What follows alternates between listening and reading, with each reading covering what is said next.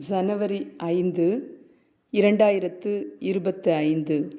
இன்றைய நற்செய்திக்கான சிந்தனை.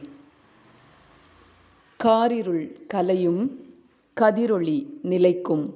மக்களினங்கள் உலக மீட்பரின் ஒளியில் புதுப்பார்வை பெற்றால்தான் வாழ்வின் பொருள் புரியும். கிழக்கிலிருந்து ஞானிகள் எந்த காரிருளை சுமந்து கொண்டு வருகிறார்கள்? இரவு பூச்சிகள் விளக்கின் ஒளியை நோக்கி பறந்து வருவது போல இவர்கள் பெத்லஹேமில் காட்சியாகும் இறை மாட்சியை நோக்கி விரைந்து வருகின்றனர். பாலன் இயேசுவுக்கு இவர்கள் படைக்கும் காணிக்கைக்குள் இக்காரிருளை கலந்து வைத்து விட்டனரோ?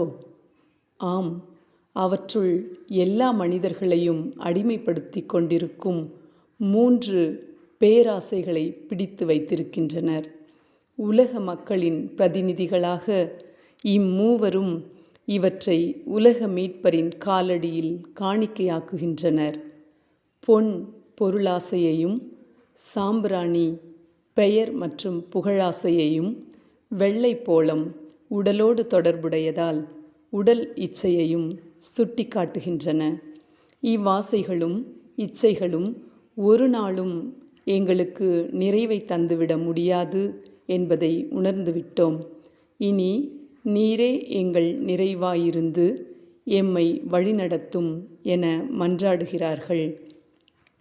ஏரோது அரசனின் அரண்மனையும் எருசலேமும் கலக்கத்தில் மூழ்கியிருக்கின்றன.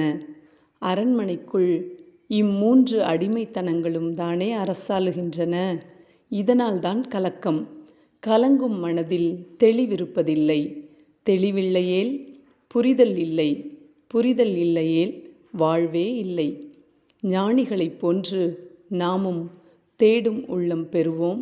தெளிந்த மனதோடு வாழ்வோம். நன்றி.